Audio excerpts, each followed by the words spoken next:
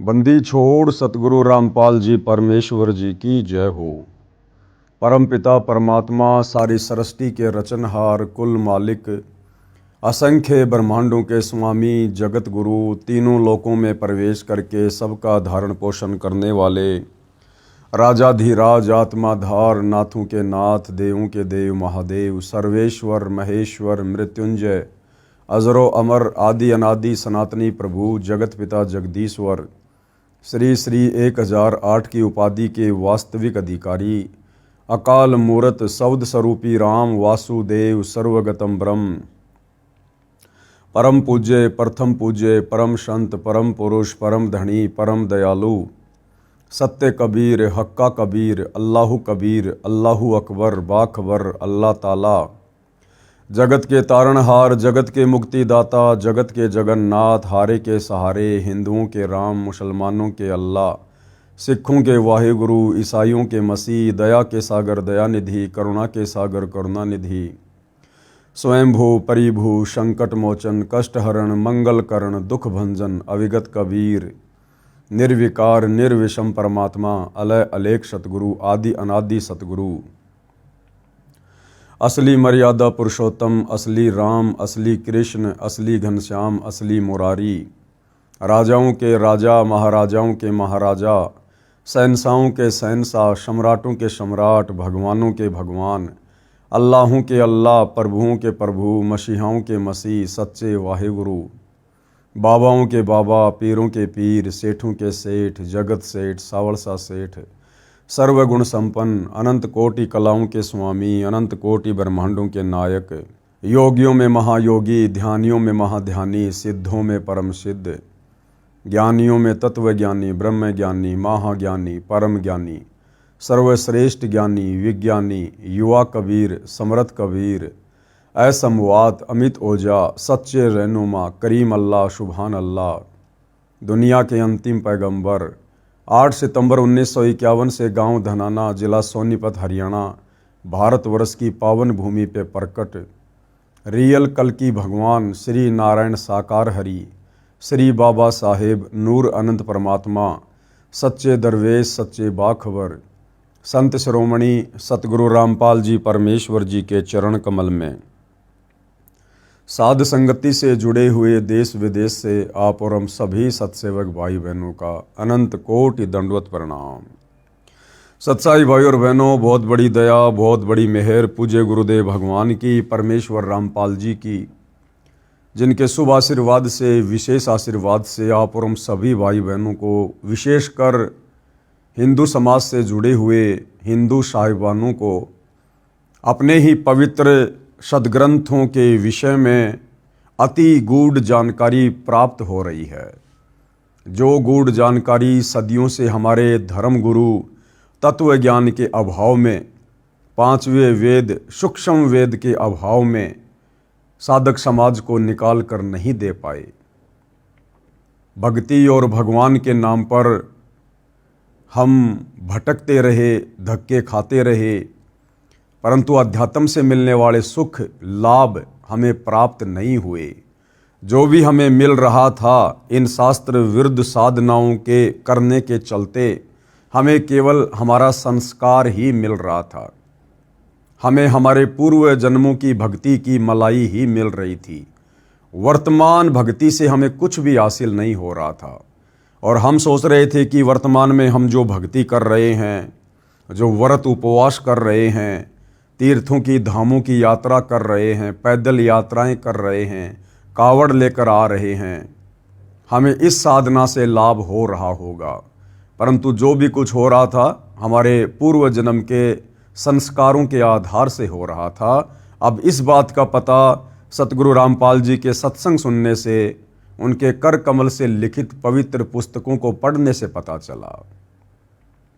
तो भाई और बहनों, जब हिंदू धर्म से जुड़े भगत भाई बहनों ने, साहिबानों ने, श्रद्धालुओं ने जब इस पवित्र पुस्तक हिंदू साहिबान नहीं समझे गीता वेद पुराण इसको गहनता से लिया, पढ़ना शुरू किया, तो धीरे धीरे उनको अध्यात्म के विषय में जानकारी भी होने लगी और फिर आगे और अधिक जानने की उनकी जिज्ञासा भी बढ़ने लगी।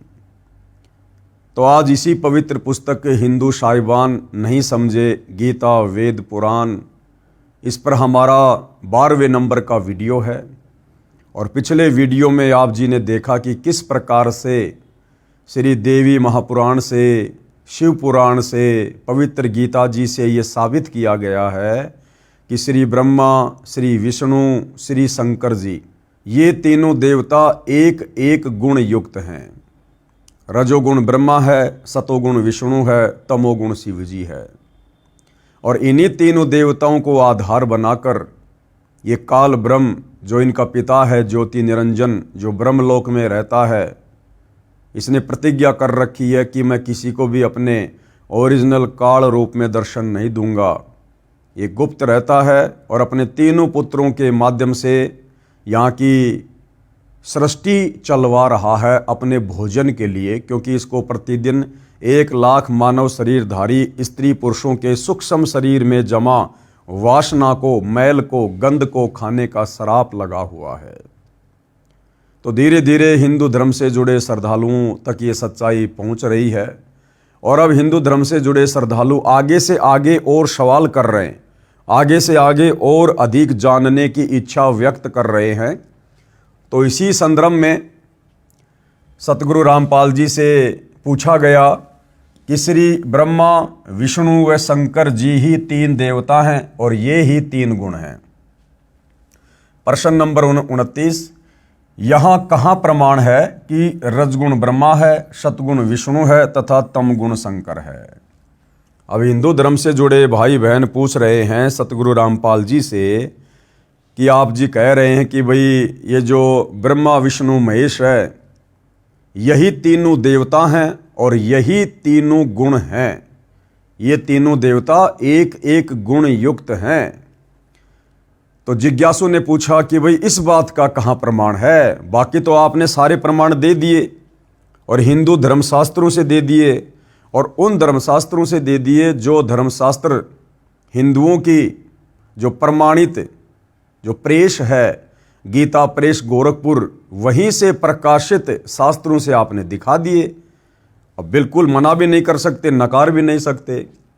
लेकिन अब जो आप कह रहे हैं कि श्री ब्रह्मा, विष्णु व शंकर जी ही 3 देवता हैं और ये ही 3 गुण हैं, तो इस बात का प्रमाण कहाँ है कि भाई ब्रह्मा जी रजोगुण युक्त हैं, विष्णु जी सतोगुण युक्त है और शंकर जी तमोगुण युक्त है?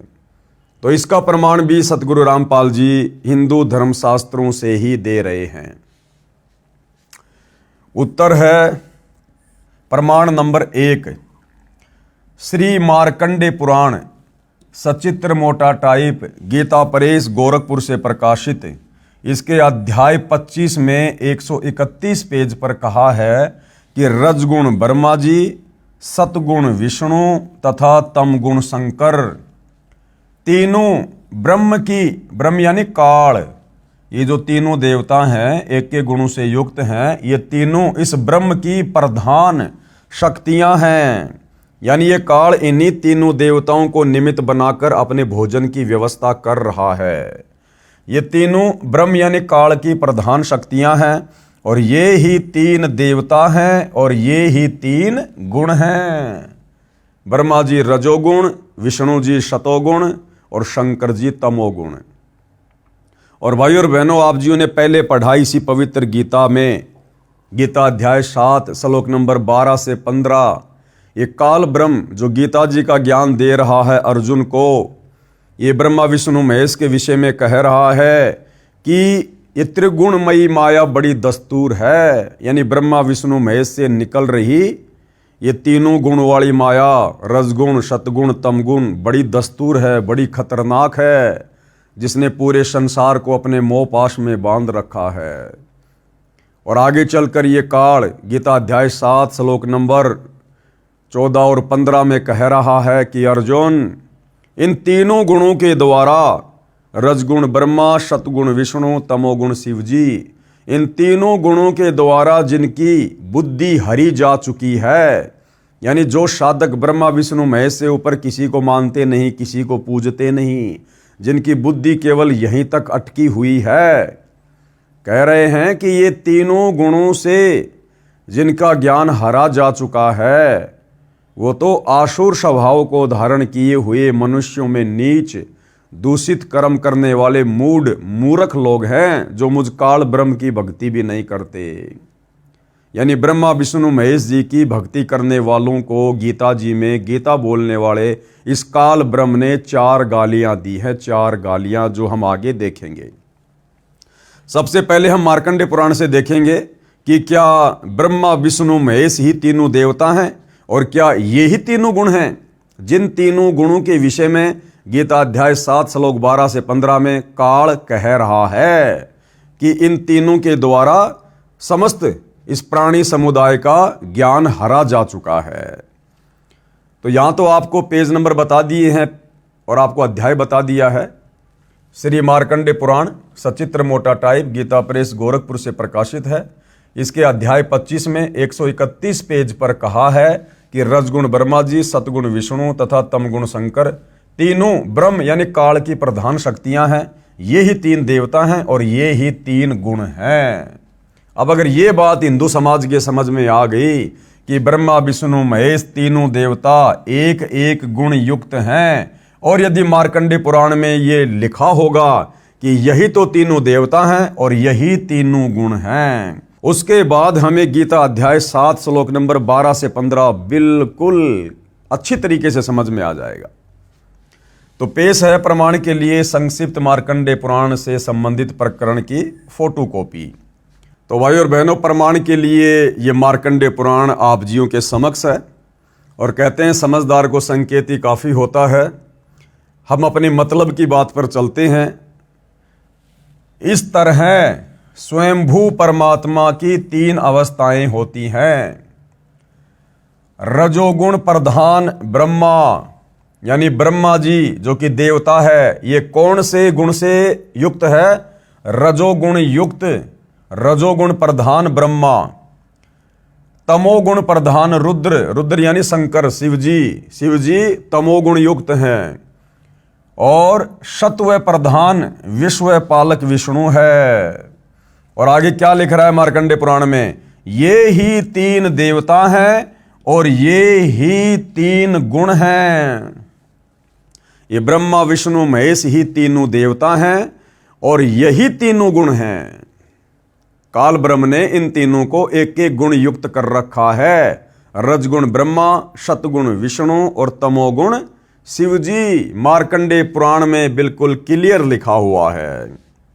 अब आगे देखिए भाई और बहनों, जब हमें यह बात अच्छे से समझ में आ जाएगी, चाहे ब्रह्मा विष्णु महेश कहो, चाहे 3 गुण कहो, चाहे रजगुण कहो, चाहे ब्रह्मा जी कहो, चाहे सतोगुण कहो, चाहे विष्णु जी कहो, चाहे तमोगुण कहो, चाहे शंकर जी कहो, चाहे तीनों देवता कहो, चाहे तीनों गुण कहो, एक ही बात है। फिर हमें गीता जी अध्याय 7 श्लोक नंबर 12 से 15 अच्छे से समझ में आएगा।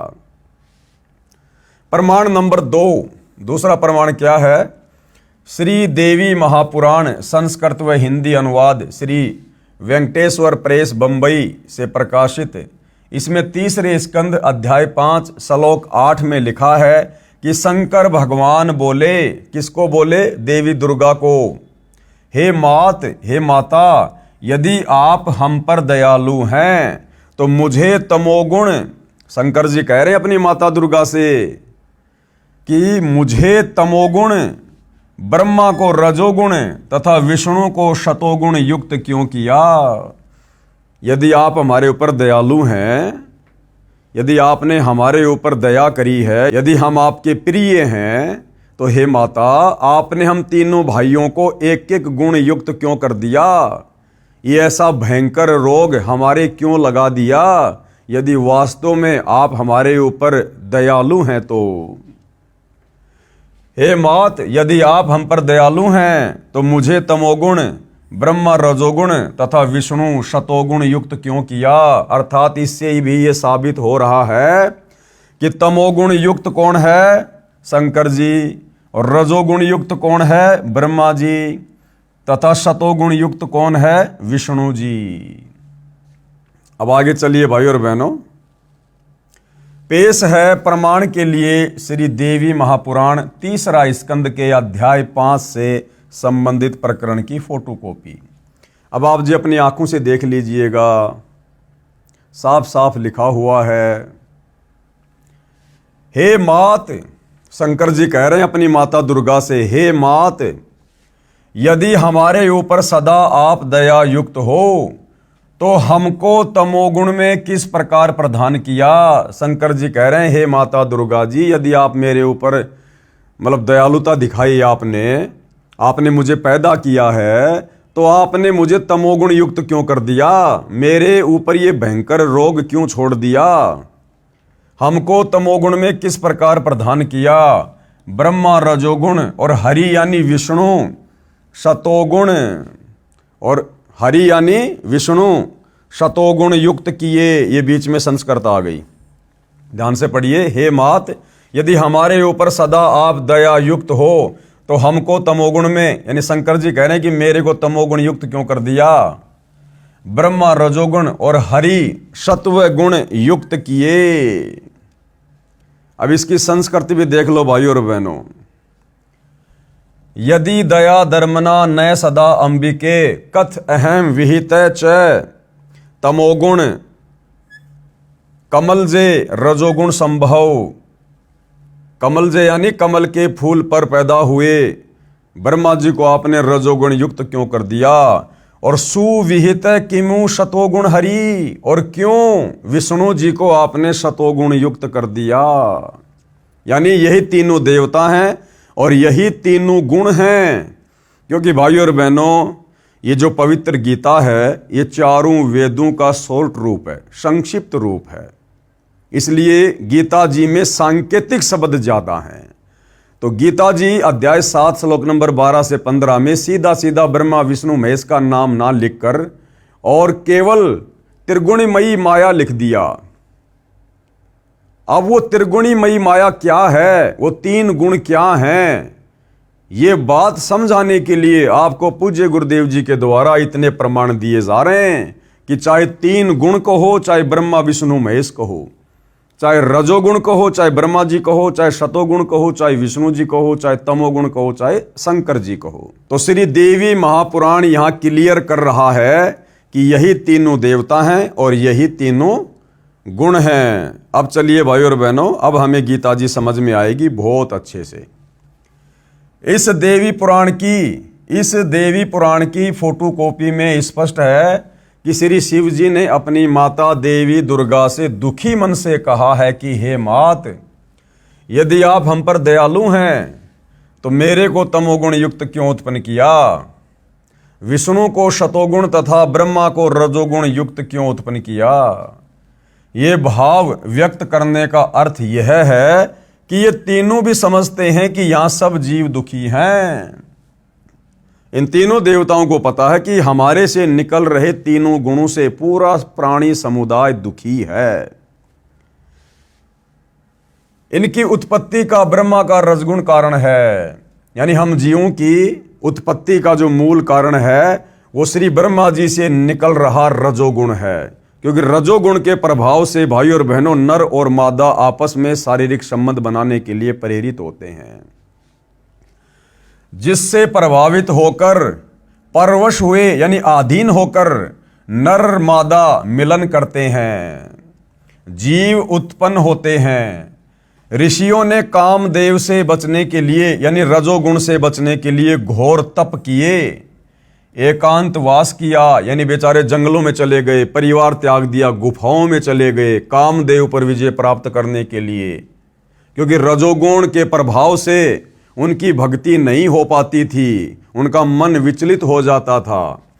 लेकिन अंत में हार गए और स्त्री भोग किया। जैसे विश्वामित्र जी राज त्याग कर जंगल में चले गए घोर तप करने के लिए। उधर से देवताओं के राजा इंद्र ने एक उर्वशी भेज दी मेनका। उस मेनका ने विश्वामित्र जी के साथ में शारीरिक संबंध बनाए और एक कन्या उत्पन्न की।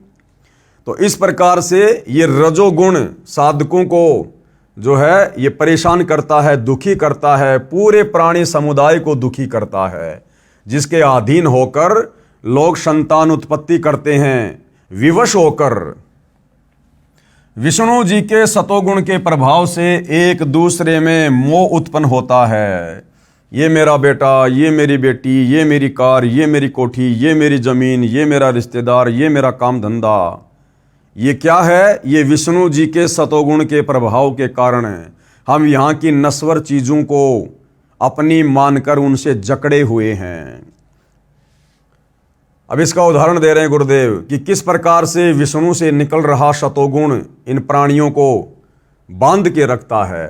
जैसे द्रोणाचार्य को पता चला कि उसका पुत्र अश्वत्थामा युद्ध में मर गया, तो वह पुत्र मोह के कारण हथियार भी नहीं उठा सका, इतना बेहाल हो गया कि युद्ध नहीं कर सका। कितना बलवान निपुण योद्धा धनुषधारी था, कतई टूट गया। यानी द्रोणाचार्य का अपने पुत्र अश्वत्थामा में इतना प्रेम था, इतना मोह था श्री विष्णु जी के सतोगुण के प्रभाव के कारण। वो दूसरों को शिक्षा दिया करता था द्रोणाचार्य कि भैया ये तो आने जाने हंस हैं, ना कोई रहा ना कोई रहेगा, एक दिन तो सब ने मरना है, फिर क्या शोक करना, क्या दुख मनाना। और जब बात आई उसके खुद के बेटे पर, युधिष्ठिर ने झूठ बोल दिया था कि अश्वत्थामा मारा गया है। इतनी बात सुनकर द्रोणाचार्य के हाथों से महाभारत के युद्ध में हथियार छूट गए थे। यानी विष्णु जी का सतोगुण इतना जबरदस्त है, इतने बड़े योद्धा को भी बिल्कुल होपलेस कर दिया। उसके बाद दूसरा उदाहरण दे रहे हैं गुरुदेव। जब श्रवण को राजा दशरथ का तीर लगा और वह मर गया, श्रवण भगत के माता पिता को पता चला तो रो रो कर तड़फ तड़फ कर प्राण त्याग दिए, सतोगुण के प्रभाव के कारण, मोह ममता के कारण। तथा राजा दशरथ को श्राप भी दे दिया कि तुम भी हमारी तरह पुत्र वियोग में मरोगे। और ऐसा ही हुआ। फिर आगे चलकर राजा दशरथ भी उसी विष्णु जी के सतोगुण के प्रभाव में आकर और अपने पुत्र के मोह में अपनी जान दे देता है। जब श्री रामचंद्र पुत्र दशरथ वनवास में जाने लगे तो दशरथ राजा पुत्र मोह के कारण पुत्र को देखने के लिए महल पर चढ़ गया। कुछ दूर रामचंद्र चला गया तो महल के ऊपर बने चौबारे के ऊपर चढ़कर देखने लगा। फिर चौबारे की 3 फुट ऊंची मंडेर पर चढ़ गया। कौन? राजा दशरथ।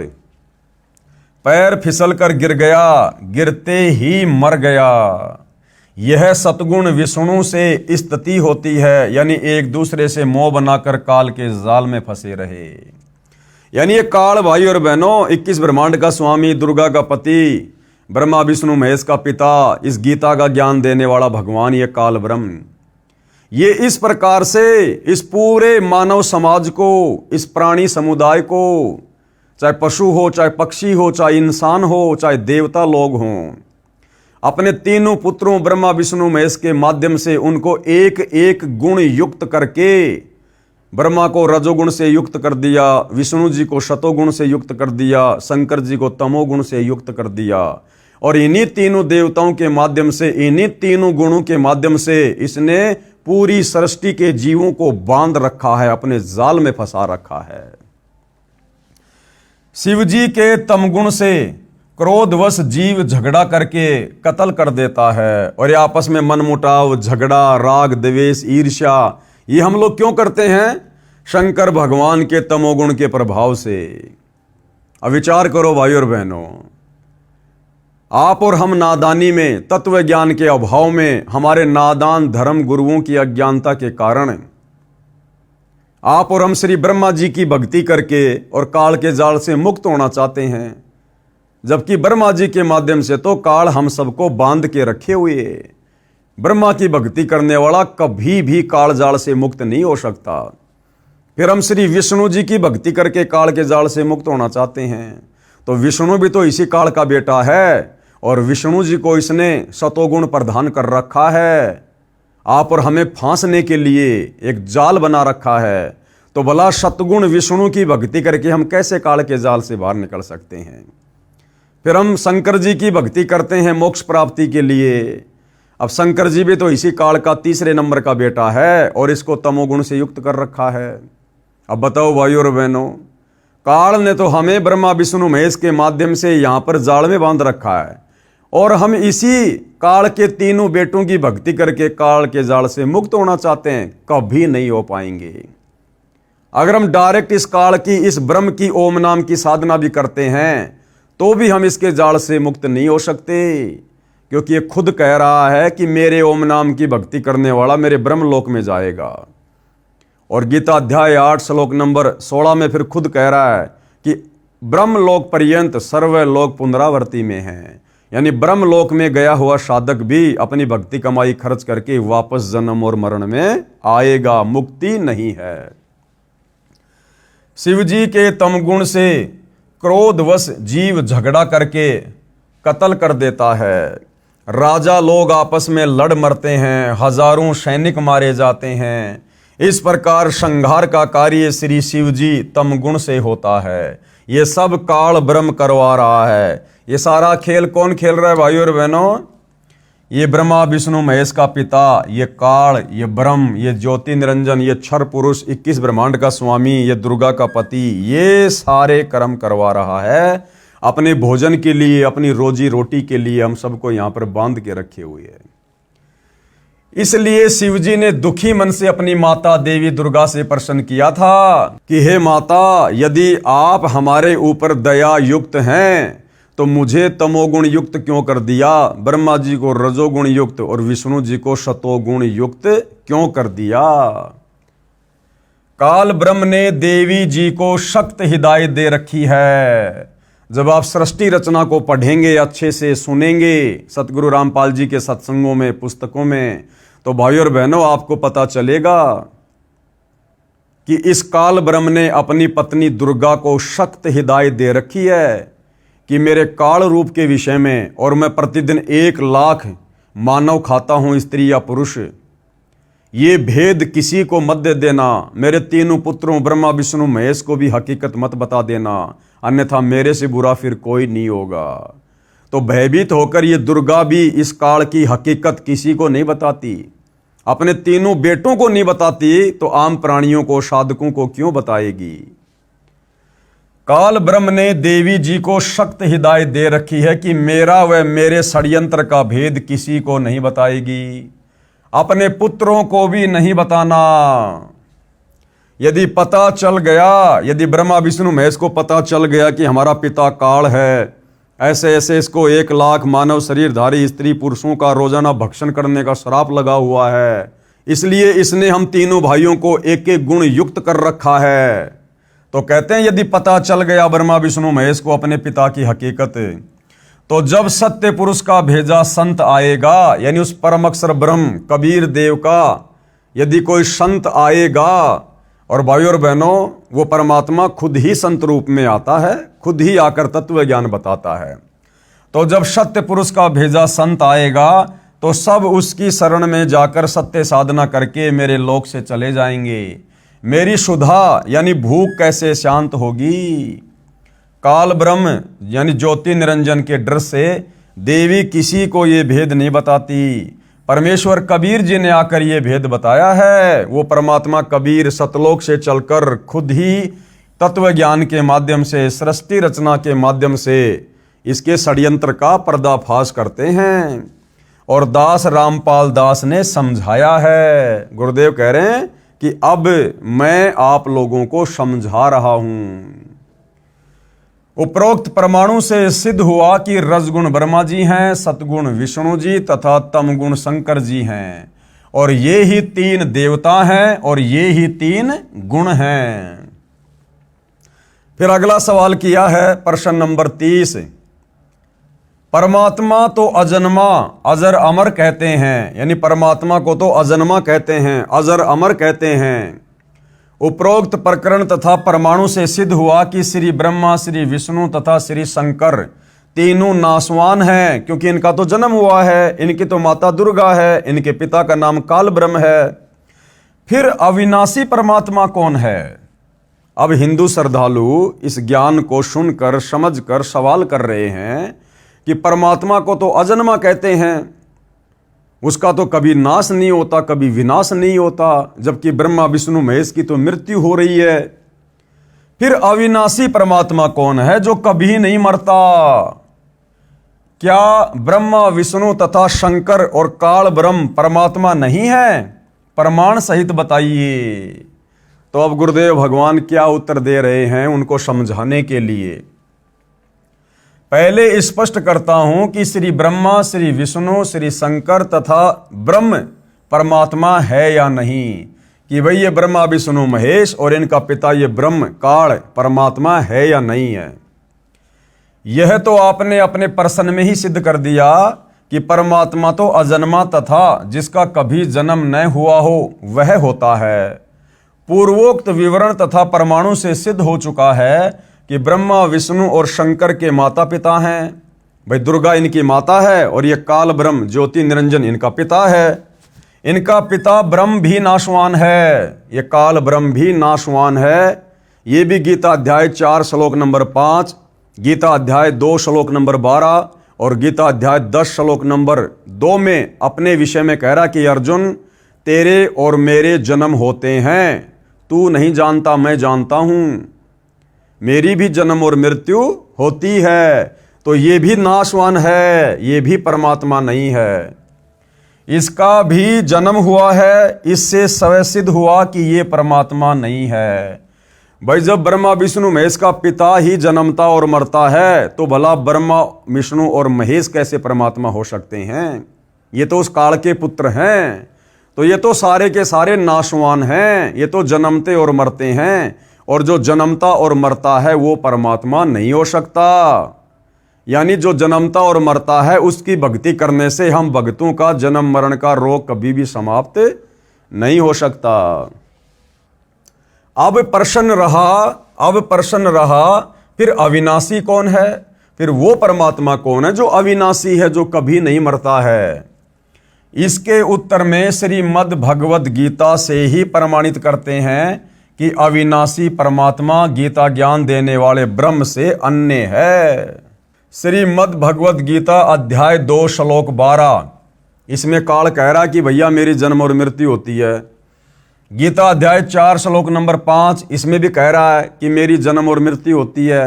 गीता अध्याय 10 श्लोक 2 में गीता ज्ञानदाता इस काल ब्रह्म ने अपनी स्थिति स्पष्ट कर दी है कि मेरी उत्पत्ति हुई है, यानी मेरा जन्म हुआ है, मैं जन्मता मरता हूं। अर्जुन मेरे और तेरे बहुत जन्म हो चुके हैं, मैं भी नाशवान हूं। इस काल ब्रह्म ने अपनी स्थिति कि मैं भी जन्मता और मरता हूं इसी गीता जी में अध्याय 2 श्लोक 12, अध्याय 4 श्लोक 5 और अध्याय 10 श्लोक 2 में क्लियर कर दी है, जो हम भाई बहन पहले के वीडियो में अच्छे से फोटोकॉपी के माध्यम से देख चुके हैं। फिर आगे चलकर गीता अध्याय 2 श्लोक 17 में कहा है, ये गीता ज्ञान देने वाला काल ब्रह्म गीता अध्याय 2 श्लोक नंबर 17 में क्या कह रहा है कि भाई अविनाशी तो उसको जान जिसको मारने में कोई भी सक्षम नहीं है। ये काल ब्रह्म कह रहा कि अर्जुन अविनाशी तो उसको जान जिसको मारने में कोई भी सक्षम नहीं है। और जिस परमात्मा ने सर्व की यानी सारी सृष्टि की रचना की है, सबको बनाया है, अविनाशी परमात्मा का ये प्रथम प्रमाण हुआ। यानी ये काल गीता जी में खुद स्वीकार कर रहा है गीता अध्याय 2 श्लोक नंबर 17 में कि अविनाशी तो उसको जान जिसको मारने में कोई भी सक्षम नहीं है। अर्थात ये काल खुद अविनाशी नहीं है, खुद ये परमात्मा नहीं है। दूसरा प्रमाण श्रीमद् भगवद गीता अध्याय 15 श्लोक 16 और 17 में 3 पुरुष यानी भगवान कहे हैं। गीता अध्याय 15 श्लोक 16 में कहा है कि इस लोक में यानी इस ब्रह्मांड में यानी सतलोक के बाहर जो ब्रह्मांड हैं, जो लोक हैं, गीता अध्याय 15 श्लोक 16 में कहा कि इस लोक में 2 पुरुष प्रसिद्ध हैं, यानी 2 भगवान प्रसिद्ध हैं। एक तो क्षर पुरुष ये काल खुद है, दूसरा अक्षर पुरुष जो 7 शंख ब्रह्मांड का स्वामी है।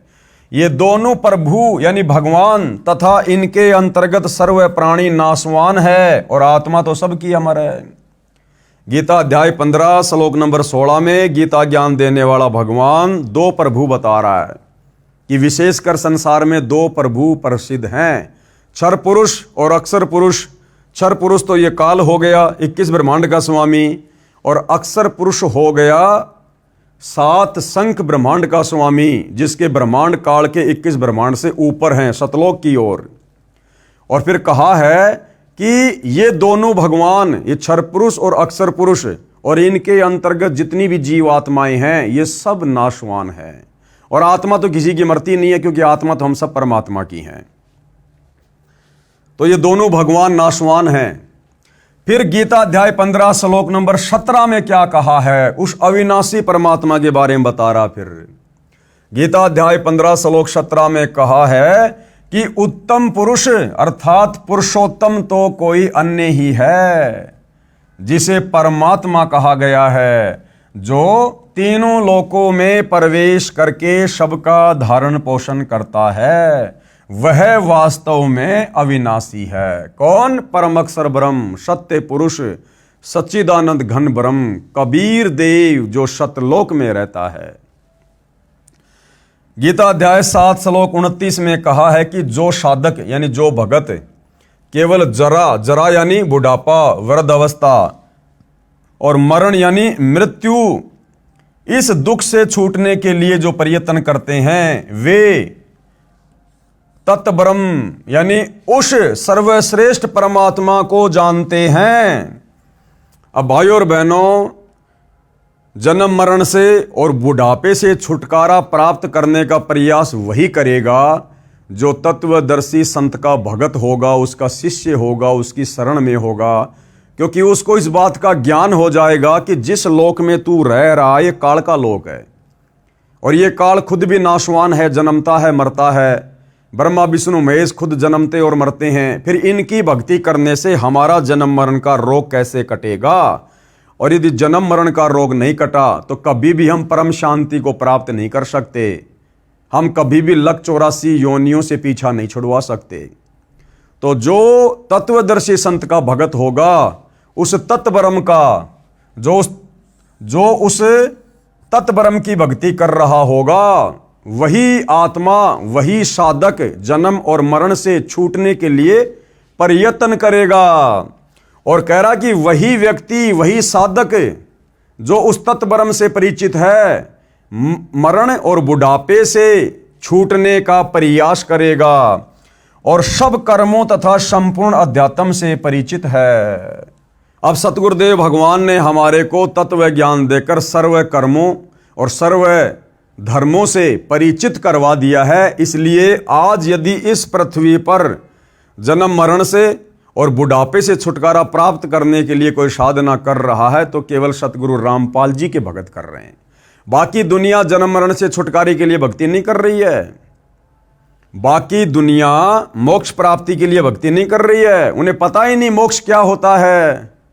वो तो केवल धन प्राप्ति के लिए, कोई सोचता है मेरा काम धंधा बहुत अच्छा चल पड़े, कोई सोचता है मेरे पोता हो जाए, मेरी पोती हो जाए, कोई सोच रहा है बड़ा मकान बन जाए, कोई अन्य किसी डिमांड के लिए भक्ति कर रहा है।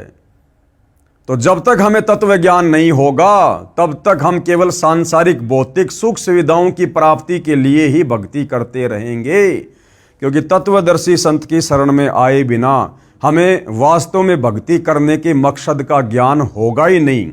और जब हम तत्वदर्शी संत की शरण में आ जाएंगे, हम उस तत्ब्रह्म को पहचान जाएंगे, उसके बाद केवल हम दो चीजें ध्यान रखेंगे कि इस काल के लोक में सबसे ज्यादा जो कष्टदायी है, एक है बुढ़ापा और दूसरा है जन्म और मरण। और फिर इन दोनों से छूटने का हम प्रयत्न करेंगे, क्योंकि हमें पता चल जाएगा कि तत्वदर्शी संत की शरण में आकर सत भक्ति करके ही हमारा जन्म मरण से छुटकारा हो सकता है और हम उस परमात्मा के सनातन परम धाम सतलोक में चले जाएंगे, जहां जाने के बाद में गीता अध्याय 18 श्लोक नंबर 62 में यह काल खुद कह रहा है कि वहां जाने के बाद फिर साधक लौटकर इस संसार में नहीं आता, जन्म मरण में नहीं आता। गीता अध्याय 8 श्लोक 1 में अर्जुन ने पूछा कि वो तत्व ब्रह्म क्या है जिसके विषय में जानने के बाद ये भगत, ये साधक केवल मरण और बुढ़ापे से छूटने का ही प्रयत्न करता है। तो गीता अध्याय 8 श्लोक नंबर 1 में अर्जुन ने पूछा कि तत्व ब्रह्म क्या है।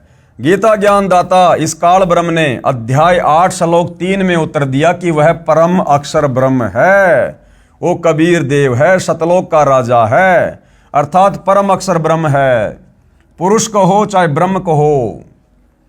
देखो भाई और बहनों, कहीं भ्रम ना हो जाए कि बार बार इस काल को भी तुम जो है ब्रह्म कह रहे हो, बार बार तुम काल को भी कहते हो कि ये ब्रह्म है, ब्रह्म है, और जब बात आती है वो सतलोक के परमात्मा की तो कहते हो कि वो परम अक्षर ब्रह्म है, परम अक्षर ब्रह्म है, तो वो भी ब्रह्म हो गया। असल में भाई और बहनों, भगवान को कहते हैं ब्रह्म, लेकिन यहां पर नकली भगवान बहुत ज्यादा पैदा हो गए। ये काल भी अपने आप को ब्रह्म घोषित कर चुका है हम जीवों को धोखा देने के लिए। इसलिए परमात्मा ने अपने आप को सर्वश्रेष्ठ साबित करते हुए, इस काल से भिन्न साबित करते हुए परम अक्षर ब्रह्म कहना पड़ा, पूर्ण ब्रह्म कहना पड़ा। पूर्ण ब्रह्म क्यों कह रहे हैं? इसका मतलब कोई आधा अधूरा ब्रह्म भी है। तो ये जो काल है, जो गीता का ज्ञान देने वाला, ये आधा अधूरा ये ब्रह्म है, और पूर्ण ब्रह्म कबीर देव परम अक्षर ब्रह्म। गीता अध्याय 15 श्लोक 17 में जो उत्तम पुरुष तू अन्य परमात्मा इति उदारते कहा है, वह परम अक्षर ब्रह्म है, यानी सबसे ऊपर वाला भगवान है, सर्वश्रेष्ठ परमात्मा है। इसी को पुरुषोत्तम कहा है, पुरुषों में उत्तम, पुरुष यानी भगवान, उत्तम यानी सर्वश्रेष्ठ, जो सर्वश्रेष्ठ भगवान है। अब गुरुदेव यहां पर स्पष्टीकरण दे रहे हैं भाई और बहनों कि गीता अध्याय 15 श्लोक 18 में ये जो गीता ज्ञानदाता है ना, ये भी अपने आप को पुरुषोत्तम कह रहा है। ये गीता ज्ञानदाता भी खुद को पुरुषोत्तम कह रहा है। तो बहुत सारे भाई बहनों को ये शंका हो जाती है कि जी आप एक तरफ तो गीता अध्याय 15 श्लोक नंबर 17 का हवाला दे रहे हो कि उत्तम पुरुष तू अन्य परमात्मा इति उदारते, कि उत्तम पुरुष यानी पुरुषोत्तम तो वो परम अक्षर ब्रह्म है। फिर गीता अध्याय 15 श्लोक नंबर 18 में ये काल ब्रह्म भी अपने आप को पुरुषोत्तम कह रहा है। तो ये क्या माजरा है? तो यहां गुरुदेव भगवान ने बताया कि वास्तव में ये काल, गीता का ज्ञान देने वाला ब्रह्म, ये पुरुषोत्तम नहीं है। और गीता अध्याय 15 श्लोक नंबर 18 में जो ये अपने आप को पुरुषोत्तम कह रहा है ना, ये तो इस आधार से कह रहा है कि यहां के लोक वेद के हिसाब से, यहां की जो ये दंत कथाएं हैं, क्योंकि आप और हम प्राणी जब तक तत्व ज्ञान नहीं होता, हम तो किसी को भी भगवान कह देंगे, पुरुषोत्तम कह देंगे।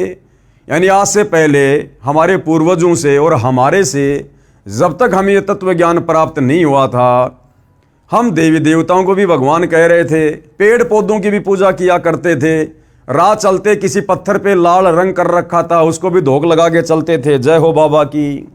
तो बिना ज्ञान के, चाहे हमारे से लोक वेद के आधार से, दंत कथाओं के आधार से किसी को भी पुरुषोत्तम कहलवा दो, कोई दिक्कत नहीं है। तो गीता अध्याय नंबर 15 श्लोक नंबर 18 में ये जो काल ब्रह्म ज्योति निरंजन अपने आप को जो पुरुषोत्तम कह रहा है ना, ये किस आधार से कह रहा है? कि लोक वेद के आधार से, सुनी सुनाई बातों के आधार से। क्योंकि मेरे 21 ब्रह्मांड में मेरे अंतर्गत जितने भी जीव हैं उन सब में मैं पुरुषोत्तम हूं। क्योंकि 21 ब्रह्मांड में जितने भी प्राणी हैं, ब्रह्मा विष्णु महेश हैं, देवी देवता हैं, ऋषि मुनि हैं, इन सब में ये काल ब्रह्म भगवान बना हुआ है, हम सबसे ये बलवान है, बुद्धिमान है। इसलिए भाई और बहनों, इसने अपने आप को लोक वेद के आधार से पुरुषोत्तम कहा है। गीता अध्याय 15 श्लोक 18 में गीता ज्ञानदाता ने कहा है कि मैं उन सर्व प्राणियों से उत्तम अर्थात शक्तिमान हूं जो मेरे 21 ब्रह्मांडों में रहते हैं। इसलिए लोक वेद अर्थात दंत कथा के आधार से मैं पुरुषोत्तम प्रसिद्ध हूं, अन्यथा रियल में यह पुरुषोत्तम नहीं है। वास्तव में पुरुषोत्तम तो गीता अध्याय 15 श्लोक नंबर 17 में स्पष्ट कर दिया है कि उत्तम पुरुष अर्थात पुरुषोत्तम तो क्षर पुरुष यानी गीता ज्ञानदाता तथा अक्षर पुरुष जो 7 संग ब्रह्मांडों का स्वामी है, उन दोनों से अन्य ही है। वो कबीर परमात्मा है, परम अक्षर ब्रह्म है, वही परमात्मा कहा जाता है। वह सर्व का धारण पोषण करता है, यानी तीनों लोकों में प्रवेश करके काल के 21 ब्रह्मांड में, अक्षर पुरुष के 7 संग ब्रह्मांडों में और ऊपर के चारों लोकों में, सतलोक में, अलख लोक में, अगम लोक में, अनामी लोक में, इन समस्त लोकों में सारी सृष्टि के जीवों का वो धारण पोषण करता है। और वही वास्तव में अविनाशी है जो कभी नहीं मरता। वह परम अक्षर ब्रह्म है जो असंख्य ब्रह्मांडों का मालिक है, जो सर्व सर्जनहार है, यानी जिसने सारी सृष्टि को अपने वचन से उत्पन्न किया है, और कुल का मालिक है, यानी वो अकेला ही सारी सृष्टि का भगवान कहलाने के योग्य है, अर्थात परमात्मा है। अब ये सारी बातें धीरे धीरे हिंदू समाज के भाई बहनों को समझ में आ रही है, तो आगे से आगे और अधिक सवाल करने की उनकी जिज्ञासा बन रही है। इसी जिज्ञासा के तहत उन्होंने अगला सवाल किया, प्रश्न नंबर 31, कि आप पूर्ण मोक्ष किसे मानते हैं? कि भाई ठीक है, आपने बता दिया कौन भगवान है, कौन भगवान नहीं है, कौन नकली भगवान बन के बैठे हुए हैं। अब आप ये बताओ कि मोक्ष की परिभाषा क्या है? पूर्ण मोक्ष किसे कहते हैं? पूर्ण मोक्ष कैसे मिलता है? यानी जन्म और मरण से सदा सदा के लिए झंझट कैसे छूटेगा? 21 ब्रह्मांड से बाहर हम कैसे निकल सकते हैं? कैसे हम सनातन परम धाम में जाके सुखी हो सकते हैं? तो आप पूर्ण मोक्ष किसे मानते हैं? तो गुरुदेव उत्तर दे रहे हैं, गीता अध्याय 15 श्लोक 4 में वर्णन है कि तत्वदर्शी संत की प्राप्ति के पश्चात, यानी ये काल ब्रह्म गीता जी में कह रहा है कि हे अर्जुन, जब तुझे वो तत्वदर्शी संत मिल जाए, जिस तत्वदर्शी संत के विषय में इसने गीता अध्याय 4 श्लोक नंबर 34 में बताया कि उस तत्व ज्ञान की प्राप्ति के लिए तत्वदर्शी संतों की खोज कर ले, तो गीता अध्याय 15 श्लोक 4 में वर्णन है कि तत्वदर्शी संत की प्राप्ति के पश्चात तत्व ज्ञान रूपी शस्त्र से, यानी जो भक्ति तुझे वो तत्वदर्शी संत बताएगा, धर्म कर्म और यज्ञों की जानकारी बताएगा, धार्मिक अनुष्ठानों की आरती वारती देगा, तत्व ज्ञान रूपी शस्त्र से, यानी भक्ति रूपी शस्त्र से अज्ञान को काटकर, कौन सा अज्ञान? जो इस काल ने यहां पर फैला रखा है 21 ब्रह्मांड में, ब्रह्मा विष्णु महेश ने जो ज्ञान फैला रखा है, उस अज्ञान को काटकर, अर्थात अच्छी तरह ज्ञान समझकर, उसके पश्चात परमेश्वर के, यानी उस परम अक्षर ब्रह्म के, कबीर देव के उस परम पद की, कौन से परम पद की? सतलोक की खोज करनी चाहिए। यानी वहां जाने के लिए फिर हमारे को डट के भक्ति करनी चाहिए। जहां जाने के पश्चात साधक यानी भगत फिर लौटकर संसार में कभी नहीं आते, यानी सतलोक जाने के बाद फिर वो प्राणी वापस काल के गंदे लोक में नहीं आता, गधा कुत्ता बनने, जन्मने और मरने के लिए, अर्थात उसका जन्म कभी नहीं होता। जिस परमात्मा ने सर्व रचना की है, केवल उसी की भक्ति पूजा करो, उस एक परमात्मा परम अक्षर ब्रह्म की पूजा करो। पूर्ण मोक्ष उसी को कहते हैं। यानी जब हमारे को तत्वदर्शी संत के माध्यम से उस पूर्ण ब्रह्म परमात्मा कबीर देव परम अक्षर ब्रह्म की सत्य साधना मिल जाएगी, और जब हम आजीवन मर्यादा में रह के भक्ति करेंगे, तो शरीर छूटने के बाद हमारी आत्मा सीधे उस तत्वदर्शी संत के साथ में सतलोक जाएगी, और वहां जाने के बाद फिर हम कभी नहीं मरेंगे। ऐसा ही हमारा सुंदर शरीर होगा, मकान होंगे, सारे साधन होंगे, घर परिवार होगा, बाल बच्चे होंगे, वहां सर्व सुख हैं जिनको छोड़कर हम इस काल के चक्कर में फंसकर यहां आ गए थे। तो जब हम सतलोक चले जाएंगे तो उसको कहते हैं पूर्ण मुक्ति। हमारी पूर्ण मुक्ति होगी, पूर्ण मोक्ष हो गया।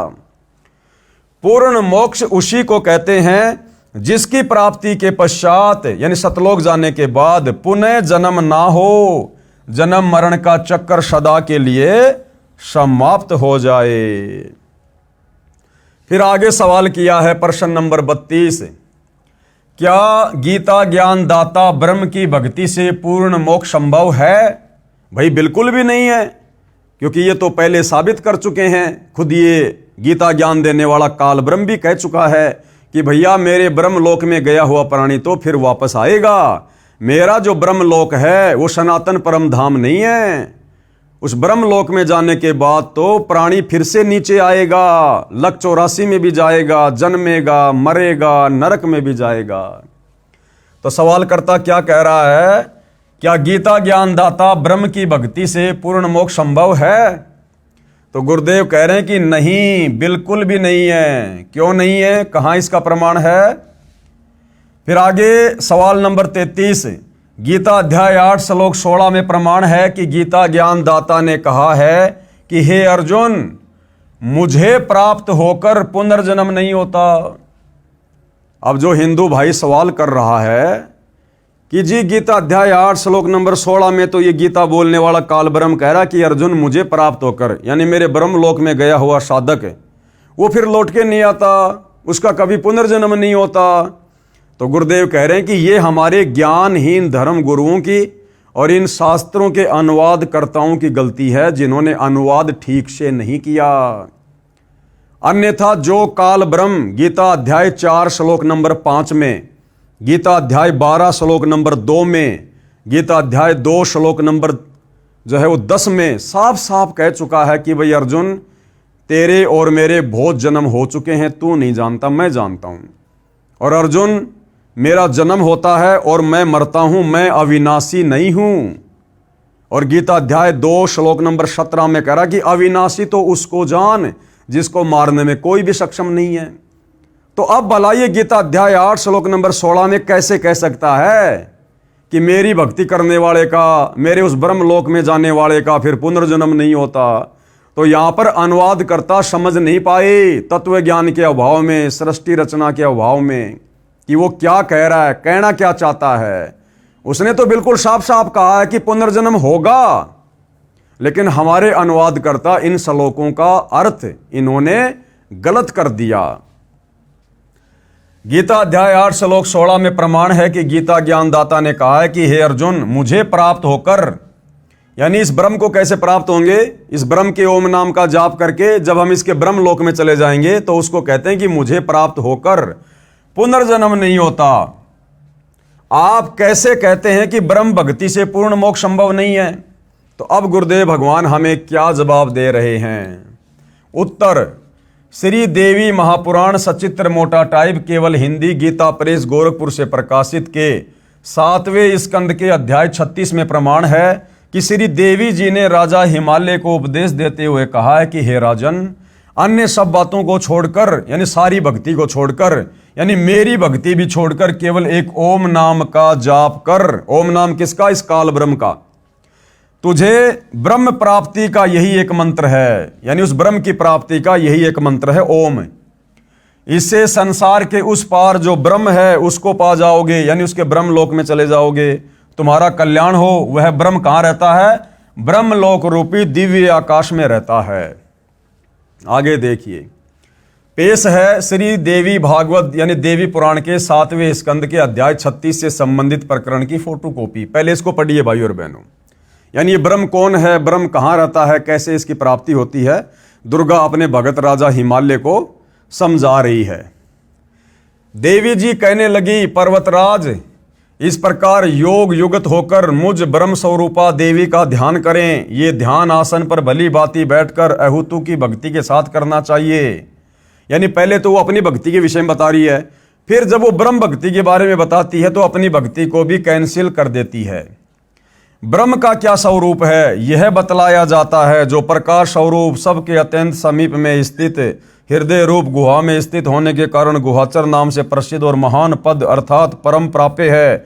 जितने भी चेष्टा करने वाले, श्वास लेने वाले, आंखों को खोलने मूंदने वाले प्राणी हैं, सब उस ब्रह्म में ही समर्पित हैं, उसी में स्थित हैं। सत असत सब कुछ वही है। यानी इस दुर्गा को तो काल की तरफ से सख्त हिदायत है कि मेरे अलावा किसी और को अगर तूने भगवान बता दिया, मेरे अलावा तूने और को भगवान बता के उसकी पूजा करवा दी, तो मेरे से अच्छा कोई नहीं होगा।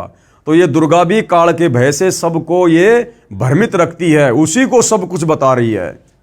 वही सबके द्वारा वर्ण करने योग्य सर्वोत्कृष्ट हैं, वह समस्त प्रजा के ज्ञान से परे है, अर्थात किसी की बुद्धि में आने वाला नहीं है। जब बुद्धि में आने वाला नहीं है तो फिर भक्ति क्या खाक करेंगे भाई?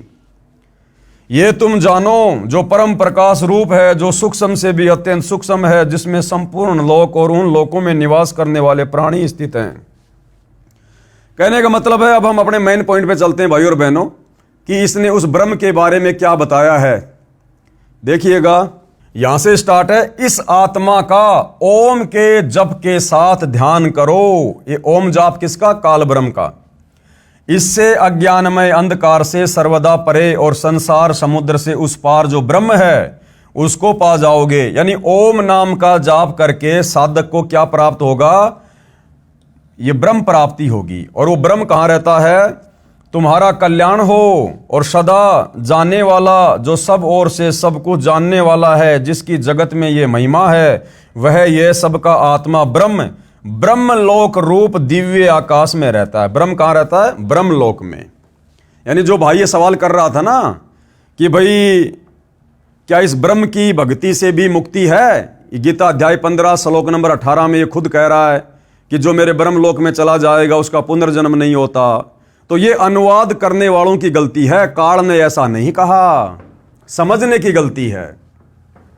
भावार्थ है कि ब्रह्म साधना का केवल एक ओम नाम का जाप है, इससे ब्रह्म की प्राप्ति होती है और वह साधक यानी भगत ब्रह्मलोक में चला जाता है।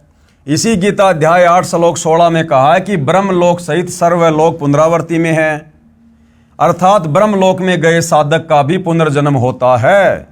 ब्रह्म की भक्ति से पूर्ण मोक्ष नहीं होता। इस गीता अध्याय 8 श्लोक 16 का अनुवाद गीता प्रेस गोरखपुर से प्रकाशित गीता में तथा अन्य प्रकाशक की गीता में गलत किया है, क्योंकि हमारे अनुवादकर्ता तत्व ज्ञान से अपरिचित थे। ये देखिएगा, पेश है फोटोकॉपी गीता अध्याय 8 श्लोक 16 की, गीता प्रेस गोरखपुर से प्रकाशित है। ये है गीता अध्याय 15 श्लोक नंबर 18। और इसमें ये काल ब्रह्म अर्जुन को क्या कह रहा है? ये काल ब्रह्म तो बिल्कुल सही कह रहा है, लेकिन हमारे अनुवादकर्ता समझ नहीं पाए। हे अर्जुन, ब्रह्मलोक पर्यंत सब लोग पुनरावर्ती में है। यहां इसने क्लियर कर दिया कि भैया जो साधक ओम नाम की भक्ति करके मेरे ब्रह्मलोक में आएगा वो भी कहां है? पुनरावर्ती में। पुनरावर्ती यानी जिसको प्राप्त होके वापस इसी संसार में आना पड़े। पुनरावर्ती यानी आवागमन में, जन्म और मरण के चक्कर में। तो इस ब्रह्म ने तो बिल्कुल क्लियर कर दिया कि भैया मेरी भक्ति से भी मुक्ति नहीं है। अब यहां ये लोग नहीं समझ पाए, परंतु हे कुंती पुत्र, मुझको प्राप्त होकर पुनर्जन्म नहीं होता। अब बताओ दोगली बातें ये क्यों करेगा? ये भी तो 21 ब्रह्मांड का स्वामी है, इसकी भी कुछ मर्यादा हैं। ये थोड़ी कि एक ही श्लोक के अंदर दो दो झूठ बोल देगा। तो यहां इसने शुरुआत में क्लियर कर दिया कि मेरे ब्रह्मलोक में गया हुआ भगत भी पुनरावर्ती में है। पुनरावर्ती यानी जन्म और मरण में। तो यहां कैसे कहेगा कि पुनर्जन्म नहीं होता?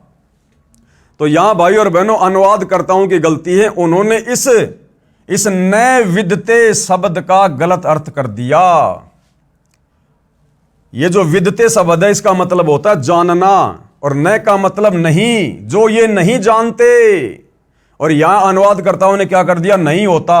अरे विदते का मतलब जानना होता है, होता थोड़ी होता है। अब आगे देखिए, परमात्मा बता रहे हैं वो काल क्या कहना चाह रहा है। इसका वास्तविक अनुवाद इस प्रकार है, ब्रह्मलोक तक सर्वलोक पुनरावर्ती में है, अर्थात ब्रह्मलोक में भी गए व्यक्तियों का पुनर्जन्म होता है। जो यह नहीं जानते, जो यह नहीं जानते, ये जो नए विदते जो ऊपर लिखा हुआ ना, नए विदते का अर्थ होता है जो यह नहीं जानते।